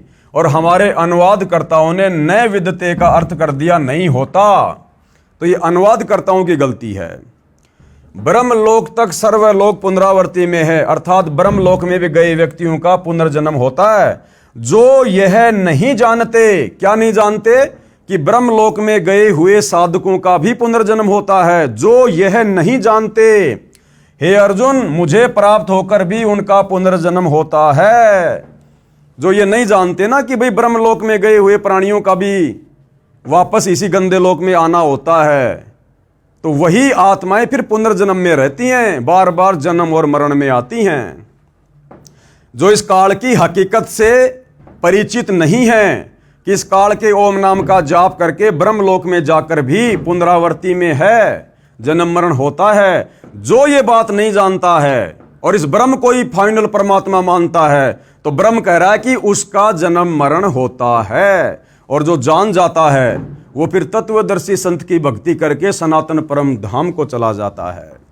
एक बार ध्यान से पढ़िए, ब्रह्मलोक तक सर्वलोक पुनरावर्ती में है, अर्थात ब्रह्मलोक में भी गए व्यक्तियों का पुनर्जन्म होता है, जन्म मरण होता है। जो ये नहीं जानते, हे अर्जुन, मुझे प्राप्त होकर भी उनका पुनर्जन्म होता है। यानी काल कह रहा कि जो मेरी हकीकत नहीं जानते ना, वो मेरे ब्रह्मलोक में जाकर भी वापस जन्म और मरण में आते हैं। इस श्लोक में विदते शब्द का अर्थ जानना बनता है। ये जो विदते शब्द है, जिसका अर्थ हमारे अनुवादकर्ताओं ने कर दिया होता। अरे विदते का मतलब जानना होता है भाई। इस श्लोक में विदते शब्द का अर्थ जानना बनता है। गीता अध्याय 6 श्लोक 23 में विधात शब्द का अर्थ जानना किया है। यहां इस श्लोक में भी विदते का अर्थ जानना बनता है। देखें इसी पुस्तक में, इसी श्लोक की फोटोकॉपी में। ये मूल पाठ है, यानी संस्कृत का मूल श्लोक है ये। अनुवाद, माम यानी मुझे प्राप्त होकर पुनर्जन्म होता है, जो नासवान जीवन दुखों का घर है, 21 ब्रह्मांड। परम गता यानी सिद्धि को प्राप्त महात्मा जन पुनर्जन्म को प्राप्त नहीं होते। गीता अध्याय 8 श्लोक नंबर 15। भावार्थ, गीता ज्ञानदाता ने कहा है कि मुझे प्राप्त होकर तो दुखों का घर यह क्षणभंगुर जीवन जन्म मरण होता है। जो महात्मा परम गति को प्राप्त हो जाते हैं उनका पुनर्जन्म नहीं होता। और वो परम गति कैसे मिलेगी? वो परम अक्षर ब्रह्म की भक्ति से मिलेगी। तत्वदर्शी संत से उपदेश लेकर उस परम अक्षर ब्रह्म की भक्ति करने से मिलेगी। तो कहते हैं जो तत्वदर्शी संत की शरण में आकर और उस परम अक्षर ब्रह्म की भक्ति करता है, सनातन परम धाम में चला जाता है, फिर उनका पुनर्जन्म नहीं होता। विचार करें, यदि गीता अध्याय 8 श्लोक 1 से 10 तक का सारांश निकालें तो इस प्रकार है। अर्जुन ने पूछा, गीता अध्याय 8 श्लोक 1 कि तत्व ब्रह्म क्या है? तो गीता ज्ञानदाता ने गीता अध्याय 8 श्लोक 3 में उत्तर दिया कि वह परम अक्षर ब्रह्म है, जो गीता ज्ञानदाता से अन्य है। फिर गीता ज्ञानदाता ने अध्याय 8 श्लोक 5 व 7 में अपनी भक्ति करने को कहा है। इस गीता के ज्ञान देने वाले काल ब्रह्म ने गीता अध्याय 8 श्लोक नंबर 5 और 7 में अपनी खुद की काल की भक्ति करने को कहा है, अपनी भक्ति के विषय में बताया है। और उसी गीता अध्याय 8 श्लोक नंबर 8, 9, 10 में उस परम अक्षर ब्रह्म की, उस तत्व ब्रह्म की, उस कबीर देव की भक्ति करने को बताया है। तो भाई अगर इस काल की भक्ति से जन्म मरण समाप्त हो जाता तो फिर ये अपने से अन्य उस तत्व ब्रह्म की भक्ति करने की सलाह क्यों देगा? सनातन परम धाम में जाने की सलाह क्यों देगा? फिर गीता ज्ञानदाता ने अध्याय 8 श्लोक 5 व 7 में अपनी भक्ति करने को कहा है कि मैं ब्रह्म हूं, ब्रह्मलोक में रहता हूं, ओम नाम का जाप करो। ये इस काल की भक्ति है। तथा गीता अध्याय 8 श्लोक 8, 9, 10 में परम अक्षर ब्रह्म की भक्ति करने को कहा है। अपनी भक्ति का मंत्र गीता अध्याय 8 श्लोक नंबर 13 में बताया है कि मुझ ब्रह्म का केवल एक ओम अक्षर है। उच्चारण करके सुमरण करता हुआ जो शरीर त्याग कर जाता है वह परम गति को प्राप्त होता है। कौन सी परम गति को? काल की परम गति को। और काल की परम गति क्या है? ब्रह्मलोक। और ब्रह्मलोक में गया हुआ साधक फिर से जन्म और मरण में आता है। पूर्व में श्री देवी पुराण से सिद्ध कराए हैं कि ओम का जाप करके ब्रह्मलोक प्राप्त होता है। गीता अध्याय 8 श्लोक 16 में स्पष्ट है कि ब्रह्मलोक में गए साधक का भी पुनर्जन्म होता है, अर्थात मुक्ति नहीं है। इसलिए गीता अध्याय 8 श्लोक 13 में ओम नाम के जाप से होने वाली परम गति का वर्णन है। परंतु गीता अध्याय 8 श्लोक 8, 9, 10 में जिस सच्चिदानंद घन ब्रह्म अर्थात परम अक्षर दिव्य पुरुष की भक्ति करने को कहा है उसका मंत्र गीता अध्याय 17 श्लोक 23 में है। अब गीता अध्याय 8 श्लोक नंबर 13 में तो काल ने अपनी भक्ति का ओम मंत्र बता दिया, और गीता अध्याय 17 श्लोक नंबर 23 में इसने उस परम अक्षर ब्रह्म की भक्ति का मंत्र बताया है। ओम तत् सत इति निर्देश ब्रह्मण त्रिविध समर्थ ब्राह्मणा तेन वेदा च यज्ञा च विहिता पुरा। अनुवाद, सच्चिदानंद घन ब्रह्म की भक्ति का मंत्र क्या है? ओम तत् सत। ओम मंत्र ब्रह्म यानी क्षर पुरुष का है। तत् ये सांकेतिक है जो अक्षर पुरुष का है। ये ओम तत्सत के अंदर ओम मंत्र तो सीधा इस काल का है। बीच वाला जो ये तत् है ये है अक्षर पुरुष का। कौन अक्षर पुरुष? जो गीता अध्याय 15 श्लोक नंबर 16 में दो भगवान बताए गए हैं, दो पुरुष बताए गए हैं, क्षर और अक्षर। तो ये अक्षर पुरुष की भक्ति का मंत्र है जिसके 7 संग ब्रह्मांड हैं। और तीसरा जो मंत्र है सत्य, ये परम अक्षर ब्रह्म सत्य पुरुष कबीर देव की भक्ति का है। ओम मंत्र ब्रह्म यानी क्षर पुरुष का है, और ये तत्व ये सांकेतिक है जो अक्षर पुरुष का है, और सत्य मंत्र भी सांकेतिक मंत्र है जो परम अक्षर ब्रह्म का है, कबीर देव का है।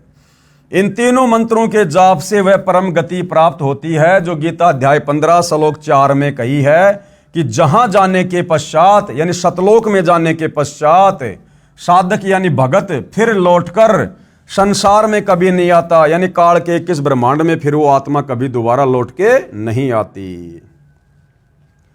यदि गीता अध्याय 8 श्लोक 16 का ये अर्थ सही माने कि मुझे प्राप्त होने वाले का पुनर्जन्म नहीं होता, गुरुदेव कह रहे हैं यदि हम गीता अध्याय 8 श्लोक नंबर 16 का जो अनुवाद हमारे अनुवादकों ने जो कर रखा है जो गलत है कि भाई अर्जुन मैं ब्रह्म हूं, ब्रह्मलोक में रहता हूं और मेरे ब्रह्मलोक में जो चला जाता है उसका फिर पुनर्जन्म नहीं होता, यानी कभी वो जन्म मरण में नहीं आता।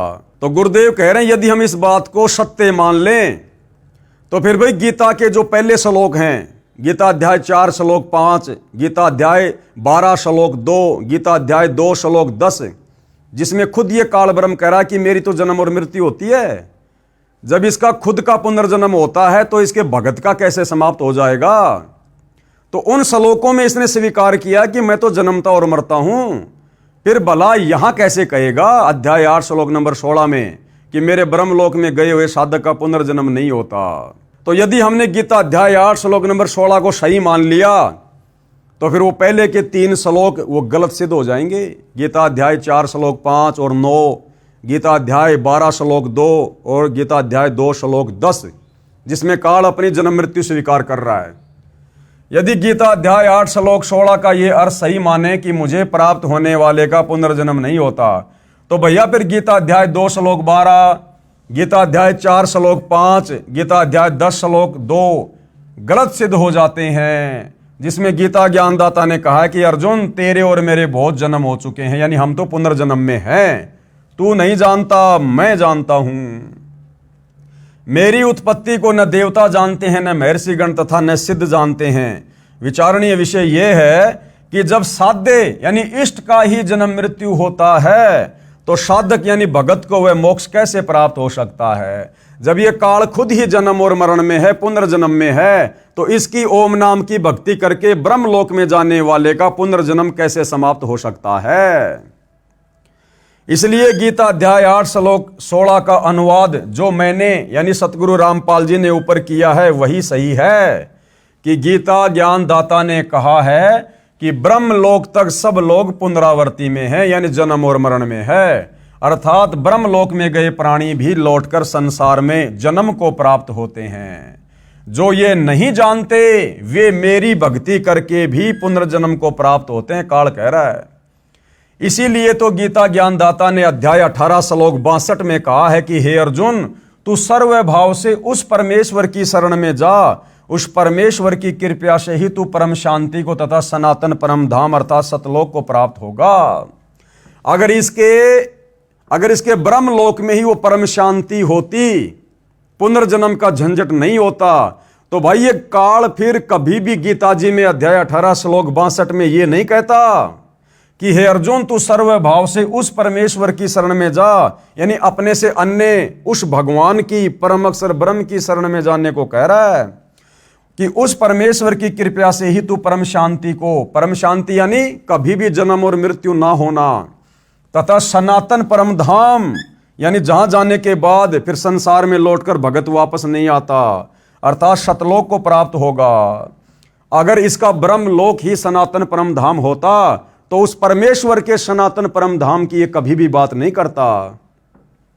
यही प्रमाण गीता अध्याय 15 श्लोक 4 में है कि तत्वदर्शी संत से तत्व ज्ञान प्राप्त करके उस तत्व ज्ञान रूपी शस्त्र से अज्ञान को काटकर उसके पश्चात परमेश्वर के उस परम पद की खोज करनी चाहिए, जहां जाने के पश्चात साधक फिर लौटकर संसार में नहीं आता। अब यदि काल का ब्रह्मलोक ही अगर वो परम पद होता, सर्वश्रेष्ठ स्थान होता, तो भाई ये फिर उस सनातन परम धाम में जाने की बात नहीं करता। जिस परमेश्वर से संसार रूपी वृक्ष की प्रवृत्ति विस्तार को प्राप्त हुई है, यानी जिसने सारे संसार की रचना की है, अर्थात जिस परमेश्वर ने संसार की रचना की है, गीता ज्ञानदाता ने कहा है कि केवल उसी की भक्ति कर और सर्व का उसी से कल्याण संभव है। अगर काल की ओम नाम की भक्ति से ब्रह्मलोक में जाते ही कल्याण हो जाता, पुनर्जन्म नहीं होता, यदि वो ब्रह्मलोक ही सनातन परम धाम होता, तो ये काल कभी भी अपने से अन्य दूसरे उस परम अक्षर ब्रह्म की भक्ति करने को और उसके सनातन परम धाम में जाने को नहीं कहता। इससे स्पष्ट है कि ये काल भी जन्म और मरण में है, और जब काल खुद ही जन्म और मरण में है तो इसका ब्रह्मलोक भी पुनरावृत्ति में है, नष्ट होता है, शाश्वत स्थान नहीं है। प्रमाणित हुआ कि ब्रह्म की भक्ति से पूर्ण मोक्ष संभव नहीं है, केवल पूर्ण परमात्मा परम अक्षर ब्रह्म की भक्ति से ही पूर्ण मोक्ष संभव है। प्रश्न नंबर 34, ओम यह मंत्र तो ब्रह्म का जाप हुआ, फिर ये क्यों कह रहे हो कि ब्रह्म की भक्ति से पूर्ण मोक्ष नहीं होता? आपने बताया कि गीता अध्याय 17 श्लोक 23 में ओम तत् सत इस मंत्र के जाप से पूर्ण मोक्ष होता है। इस मंत्र में भी तो ओम मंत्र है। अब सवाल करता क्या कह रहा है कि जी आपने उस परम अक्षर ब्रह्म का, कबीर देव का जो गीता अध्याय 17 श्लोक नंबर 23 में जो मंत्र बताया है ना, ओम तत् सत, तो इस काल का भी तो ओम मंत्र है, और उस परम अक्षर ब्रह्म कबीर देव की भक्ति के मंत्र में भी इस काल का मंत्र है शुरू में ओम तत् सत। तो फिर आप ये कैसे कह रहे हो कि इस काल के ओम मंत्र के जाप से मुक्ति नहीं मिलती? तो भाई और बहनों, ये अध्यात्म है, बहुत गूढ़ ज्ञान है। हमने कभी ना इसको सुना, ना देखा, ना कभी हमने इसके स्वाद को चखा, तो मन में बहुत सारी शंकाएं इस काल की प्रेरणा से अंदर अंदर उठती हैं। तो गुरुदेव भगवान हर एक शंका का प्रमाणित जवाब देते हैं। और क्या बताया गुरुदेव ने कि मात्र ओम नाम के जाप से मुक्ति नहीं है, लेकिन हमने इस ओम नाम का जाप भी करना पड़ेगा, क्योंकि हम युगों युगों से, जब से हम सतलोक से बिछुड़कर इस काल के साथ यहां आए हैं, हम यहां पर इस काल के ऋणी हो गए, हम इसके कर्जवान हो चुके हैं। क्योंकि ये जो 21 ब्रह्मांड है, ये इस काल में सतलोक में तपस्या करके, तप करके परम अक्षर ब्रह्म कबीर देव जी से प्राप्त किए थे, और हम इसके तप के द्वारा प्राप्त किए गए 21 ब्रह्मांड में युगों युगों से सर्व सुख भोग रहे हैं, सर्व यहां की भौतिक सुविधा भोग रहे हैं। तो हमारे ऊपर काल का कर्जा चढ़ गया है। अब ये हमें उसी समय छोड़ेगा जब हम इसका कर्जा चुका देंगे। इसलिए हमने इसके ओम नाम का जाप भी करना पड़ेगा, इसका ऋण उतारने के लिए, इसका कर्जा उतारने के लिए। क्योंकि गीता अध्याय 18 श्लोक नंबर 66 में यह काल खुद कह रहा है कि सर्व धर्मान परित्यज्य माम एकम शरणम व्रज अहम तवा सर्व पापे भी मोक्षयामी मा शुच, कि हे अर्जुन, तू मेरे स्तर की जितनी भी धार्मिक पूजा हैं, अनुष्ठान है, यज्ञ हैं, उनकी जो कमाई है, ओम नाम की जो कमाई है, वो तू मेरे को समर्पित कर दे, मैं तुझे यहां से बाहर जाने का रास्ता दे दूंगा। तो हमने इस काल के 21 ब्रह्मांड से बाहर निकलने के लिए इसके ओम नाम का भी जाप करना पड़ेगा। हम इसके ओम नाम की इस कमाई के प्रतिफल में कुछ मांगेंगे नहीं, यहां का सुख नहीं मांगेंगे, केवल हमने कर्जा चुकाना है इसका। दूसरा गुरुदेव ने बताया कि जो ओम नाम की हम भक्ति कर रहे हैं, ये प्राइमरी स्तर की है, प्राइमरी स्तर की। यदि किसी ने डॉक्टर बनना है, किसी ने इंजीनियर बनना है, तो टारगेट तो उसका इंजीनियर बनने का है, लेकिन इंजीनियर बनने के लिए भैया पढ़ाई तो 5वीं कक्षा की भी पढ़नी पड़ेगी। तो हमारे शरीर में जो 5 कमल दल बने हुए हैं, जिनमें ये प्रधान देवी देवता हैं, हमने इनका भी तो ऋण उतारना है, इनका भी तो हमने कर्जा उतारना है। इसलिए हम प्रथम मंत्र में इन 5 मंत्रों का जाप करते हैं, जो काल की प्रधान शक्तियां हैं। तो ये 5वीं स्तर तक की पढ़ाई है। उसके बाद में इस काल की ओम नाम की कमाई, ये 10वीं तक की पढ़ाई है। और उसके बाद जो अक्षर पुरुष है, जो हमें सतनाम मिलता है, जिसमें दूसरा जो जाप है वो उस अक्षर पुरुष का है, फिर सतनाम का जाप करके उस सतनाम के मंत्र की कमाई, यानी सतनाम में जो दूसरा मंत्र है उसकी कमाई हम इस अक्षर पुरुष को देंगे, क्योंकि हमने इसके 7 संग ब्रह्मांडों को पार करके सतलोक जाना है। तो अक्षर पुरुष की जो पढ़ाई है वो है BA तक की, 14वीं तक की। यानी हमें गुरुदेव भगवान ब्रह्मा विष्णु महेश समेत जो यहाँ के प्रधान 5 देवी देवताओं के मंत्र देते हैं, जिसको हम प्रथम मंत्र कहते हैं, वो हमारे शरीर में बने इन कमलों को खोलने की भक्ति है। फिर ओम नाम की कमाई इस काल की है, ये 10वीं तक की पढ़ाई है। उसके बाद अक्षर पुरुष तक की जो मंत्र की कमाई है वो BA है, BA, और हमने करनी PhD। फिर हम उस परमपिता परमेश्वर के लोक में जा सकते हैं। तो क्या कह रहे हैं गुरुदेव अब इसके उत्तर में, जैसे इंजीनियर या डॉक्टर बनने के लिए शिक्षा की आवश्यकता होती है, पहले प्रथम कक्षा पढ़नी पड़ती है, फिर धीरे धीरे 5वीं 8वीं इस प्रकार 10वीं कक्षा पास करनी पड़ती है, उसके पश्चात आगे पढ़ाई करनी होती है, फिर ट्रेनिंग करके इंजीनियर या डॉक्टर बना जाता है। ठीक इसी प्रकार श्री ब्रह्मा, श्री विष्णु, शिव, गणेश तथा देवी की साधना करनी पड़ती है। मैं स्वयं भी करता हूं तथा अपने अनुयायियों से भी करवाता हूं। यह तो 5वीं कक्षा तक की पढ़ाई अर्थात साधना जाने। दूसरे शब्दों में 5 कमलों को खोलने की साधना है, और ब्रह्म की साधना 10वीं कक्षा तक की पढ़ाई है। यानी ओम नाम का जाप ये 10वीं क्लास तक की पढ़ाई जानो, अर्थात ब्रह्मलोक तक की साधना है जो ओम का जाप करना है। और अक्षर पुरुष की साधना को 14वीं कक्षा की पढ़ाई अर्थात साधना जानो, जो कि तत् मंत्र का जाप है। तत् मंत्र तो सांकेतिक है, वास्तविक मंत्र तो इससे भिन्न है, जो उपदेशी को ही बताया जाता है, जो केवल सतगुरु रामपाल जी अपने भक्तों को बताते हैं। उसके बाद में परम अक्षर पुरुष, उसके बाद में परम अक्षर पुरुष की साधना, यानी कबीर देव की साधना, सतलोक जाने की साधना, इंजीनियर या डॉक्टर की पढ़ाई अर्थात साधना जानो, जो सत शब्द से करनी होती है। यह सत मंत्र भी सांकेतिक है। ये सत मंत्र है भाई और बहनों, वास्तव में सार नाम, ये है वो रियल में सार नाम, जो कि परम अक्षर ब्रह्म का है, कबीर देव का है। केवल एक मंत्र का ही जाप सत शब्द से करनी होती है। यह सत मंत्र भी सांकेतिक है, वास्तविक मंत्र भिन्न है। जो उपदेशी को बताया जाता है इसको सार नाम भी कहते हैं। इसलिए अकेले ब्रह्म के नाम ओम से पूर्ण मोक्ष प्राप्त नहीं हो सकता। अर्थात अकेले ओम नाम से आप जी इंजीनियर नहीं बन सकते। ओम नाम की कमाई तो केवल 10वीं तक की है, 21 ब्रह्मांड तक की है, इसका कर्जा उतारने तक की है। ओम नाम का जाप ब्रह्म का है, इसकी साधना से ब्रह्म लोक प्राप्त होता है, जिसके विषय में गीता अध्याय 8 श्लोक 16 में कहा है कि ब्रह्म लोक में गए साधक भी पुनर्जन्म को प्राप्त होते हैं। पुनर्जन्म है तो पूर्ण मोक्ष नहीं हुआ, जो गीता अध्याय 15 श्लोक 4 में कहा है कि परमात्मा के उस परम पद की खोज करनी चाहिए जहां जाने के पश्चात साधक कभी लौटकर पुनर्जन्म में नहीं आता, यानी संसार में नहीं आता।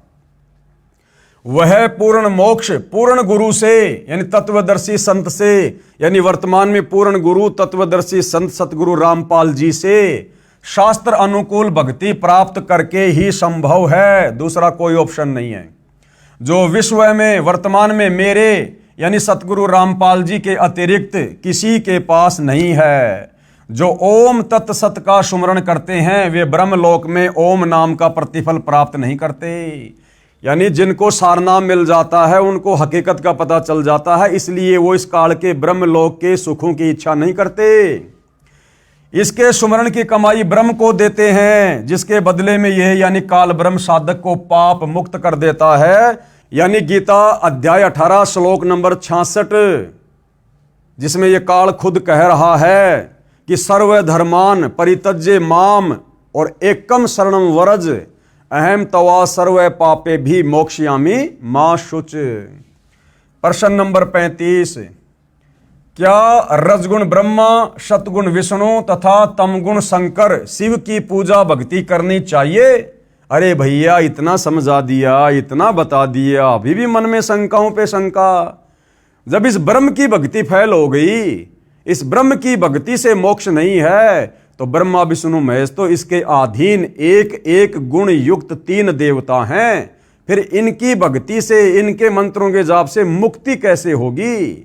मुक्ति नहीं हो सकती। केवल हम इनका ऋण उतारने के लिए, इनका कर्जा उतारने के लिए, शरीर में जो ये कमल बने हुए हैं इनको खोलने के लिए, ताकि अंतिम समय में आत्मा को रास्ता बिल्कुल क्लियर मिले, इसलिए सतगुरु रामपाल जी ब्रह्मा विष्णु महेश के मंत्र देकर उनकी भक्ति करवाते हैं। तो गुरुदेव कह रहे हैं बिल्कुल भी नहीं भाई। प्रश्न नंबर 36, कहां प्रमाण है कि रजगुण ब्रह्मा, सतगुण विष्णु तथा तमगुण शंकर की पूजा भक्ति नहीं करनी चाहिए? अरे भैया, गीता अध्याय 7 श्लोक नंबर 12 से 15 में खुद ये गीता का ज्ञान देने वाला ब्रह्म, खुद ये ब्रह्मा विष्णु महेश का पिता कह रहा है कि तीनों गुणों की भक्ति करने वाले तो आसुर स्वभाव को धारण किए हुए मनुष्यों में नीच दूषित कर्म करने वाले मूर्ख हैं, जो मुझ ब्रह्म की भक्ति भी नहीं करते। तो खुद ये ब्रह्म, इनका पिता मना कर रहा है तीनों गुणों की, ब्रह्मा विष्णु महेश की भक्ति करने के लिए।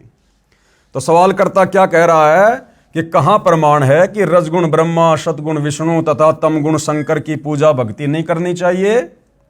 तो उत्तर है श्री मद भगवत गीता अध्याय 7 श्लोक 12 से 15 और 20 से 23 तथा गीता अध्याय 9 श्लोक 23 और 25 में प्रमाण है कि जो व्यक्ति रजगुण ब्रह्मा, सतगुण विष्णु तथा तमगुण शिव की भक्ति करते हैं, वे राक्षस स्वभाव को धारण किए हुए मनुष्यों में नीच दूषित कर्म करने वाले, यानी सारे उल्टे काम करने वाले, बीड़ी, सिगरेट, गुटखा, पान मसाला, जर्दा, शराब, भांग, धतूरा, चोरी जारी, मिलावट, सब कुछ उल्टे कर्म करते हैं ये लोग जो ब्रह्मा विष्णु महेश की भक्ति करते हैं, क्योंकि इनको तत्व ज्ञान नहीं होता, इनके ऊपर कोई कंट्रोल नहीं होता। और जब तक 3 गुणों का प्रभाव साधक पे रहेगा, साधक कोई भी सदकर्म कर ही नहीं सकता। इसलिए काल ने 4 गालियां दी हैं ब्रह्मा विष्णु महेश की भक्ति करने वालों को। वे राक्षस स्वभाव को धारण किए हुए मनुष्यों में नीच दूषित कर्म करने वाले मूर्ख मुझे भी नहीं भजते। काल कह रहा कि मेरी ओम नाम की भक्ति भी नहीं करते। यह प्रमाण गीता अध्याय 7 श्लोक नंबर 12 से 15 में है। फिर गीता अध्याय 7 के ही श्लोक नंबर 20 और 23 में ब्रह्मा विष्णु महेश से नीचे जो अन्य देवी देवता हैं उनकी भक्ति करने वालों को भी काल ने मंद बुद्धि का, अल्प बुद्धि वाला कहा है। फिर गीता अध्याय 7 के ही श्लोक 20 से 23 तथा गीता अध्याय 9 श्लोक 23-24 में यही कहा है। और क्षर पुरुष, अक्षर पुरुष तथा परम अक्षर पुरुष गीता अध्याय 15 श्लोक 16-17 में जिनका वर्णन है, इनको छोड़कर श्री ब्रह्मा, श्री विष्णु तथा श्री शिव जी अन्य देवताओं में गिने जाते हैं। इन दोनों अध्यायों में, यानी गीता अध्याय 7 श्लोक नंबर 9 में ऊपर लिखे श्लोकों में गीता ज्ञानदाता ने कहा है कि जो साधक यानी भगत जिस भी मकसद को लेकर अन्य देवताओं को भजते हैं, वे भगवान समझकर भजते हैं। उन देवताओं को मैंने कुछ शक्ति प्रदान कर रखी है। ये काल कह रहा है कि ब्रह्मा विष्णु महेश से नीचे जो देवी देवता हैं, भैरव भूत हैं, उनको जो भी व्यक्ति अनजाने में भगवान समझकर पूजते हैं, कह रहे हैं कि मैंने ही उनको थोड़ी बहुत शक्ति दे रखी है उन देवी देवताओं को, लेकिन उनका वो फल नाशवान है। यानी उनके लोक में जाने के बाद भी, उनसे प्राप्त सुखों को भोगने के बाद भी आप जी फिर उसी स्थिति में आ जाओगे, जन्म और मरण में, नरक में जाओगे सीधे। वे भगवान समझकर भजते हैं उन देवी देवताओं को। उन देवताओं को मैंने कुछ शक्ति प्रदान कर रखी है। कौन कह रहा है? ये काल। देवताओं के भजने वालों को मेरे द्वारा किए विधान के अनुसार कुछ लाभ मिलता है, परंतु उन देवताओं की पूजा करने वाले अल्प बुद्धि वालों का वह फल नाशवान होता है। देवताओं को पूजने वाले देवताओं के लोक में जाते हैं, मेरे पुजारी मुझे प्राप्त होते हैं। कौन कह रहा है? ये काल। कि भैया ब्रह्मा विष्णु महेश और ये जो नीचे के देवी देवता हैं, इनकी भक्ति करने से भी आपको कोई परमानेंट राहत नहीं मिलेगी। जो थोड़ी बहुत सुख सुविधा और राहत मुझकाल ब्रह्म की ओम नाम की भक्ति करने से मिल सकती है। और क्यों कहा गीता अध्याय 7 श्लोक नंबर 12 से 15 में कि तीनों गुणों की भक्ति करने वाले। अब ये 3 गुण क्या हैं? आपने मार्कंडेय पुराण में देख लिया कि यही तीनों देवता हैं, कौन? ब्रह्मा विष्णु महेश, और यही तीनों गुण हैं। और गीता अध्याय 7 श्लोक 12 से 15 में काल कह रहा है कि इन तीनों गुणों की भक्ति करने वालों का ज्ञान हरा जा चुका है, इनकी बुद्धि भ्रष्ट हो चुकी है। और 4 गालियां दी हैं ब्रह्मा विष्णु महेश की भक्ति करने वाले भक्तों को इस काल ब्रह्म ने। आसुर स्वभाव को धारण किए हुए मनुष्यों में नीच दूषित कर्म करने वाले मूढ़ मूर्ख लोग मुझ काल को भी नहीं बजते। तो भाइयों और बहनों, ब्रह्मा विष्णु महेश के साधकों को, ब्रह्मा विष्णु महेश के पिता इस काल भगवान ने क्यों 4 गालियां दी हैं, इसके विषय में हम गुरुदेव के आशीर्वाद से कल रात्रि के वीडियो में विशेष तौर पर जानेंगे, पहचानेंगे कि ब्रह्मा विष्णु महेश के भक्तों की, उनके साधकों की, उनकी भक्ति करने वालों की क्या स्थिति है, उनका आचरण क्या होता है, उनका स्वभाव कैसा होता है, जिस कारण से ये काल ब्रह्म उनकी भक्ति करने वालों को 4 गालियां दे रहा है। तो भाइयों और बहनों, उम्मीद करूंगा पूज्य गुरुदेव भगवान के आशीर्वाद से, गुरुदेव भगवान ने जिस सरल तरीके से अपने कर कमल से हिंदू समाज के श्रद्धालुओं के लिए जो ये पुस्तक लिखी है, हिंदू साहिबान नहीं समझे गीता वेद पुराण, ये आपको बहुत अच्छे से समझ में आ रही होगी। साथ में आप जी गुरुदेव के YouTube पर सत्संग भी सुनेंगे, आपको और अच्छे से समझ में आएगी। और भाइयों और बहनों, अति शीघ्र सतगुरुदेव की शरण में आकर अपनी आत्मा को कल्याण करवाओ, क्योंकि वर्तमान में ये गोल्डन चांस आप और हमारे पास है। ये ऐसा संयोग युगों युगों के बाद बैठता है। स्वयं तत्वदर्शी संत यानी परम अक्षर ब्रह्म संत रूप में धरती पर प्रकट है। आप और हमें मनुष्य जन्म प्राप्त है। और सबसे बड़ी बात, वे हमारे देश में, हमारे क्षेत्र में हैं, ताकि हम उनकी भाषा को आसानी से समझ सकें। अन्यथा काल ने दुनिया भर में कितनी भाषाएं बना रखी है, हम एक दूसरे के विचारों से भी परिचित नहीं हो सकते। तो इतना बड़ा मौका गुरुदेव ने विशेषकर हम भारत में रहने वाली आत्माओं को दिया है, तो हमने इस मौके का भरपूर फायदा उनके ज्ञान को समझकर उठाना चाहिए। तो भाइयों और बहनों, आज के वीडियो में केवल इतना ही। कल परमेश्वर के दया से फिर सेवा में हाजिर होंगे। तब तक गुरुदेव भगवान हम सबको आज्ञा दे, इजाजत दे, हमें आशीर्वाद दे। बंदी छोड़ सतगुरु रामपाल जी भगवान की जय हो।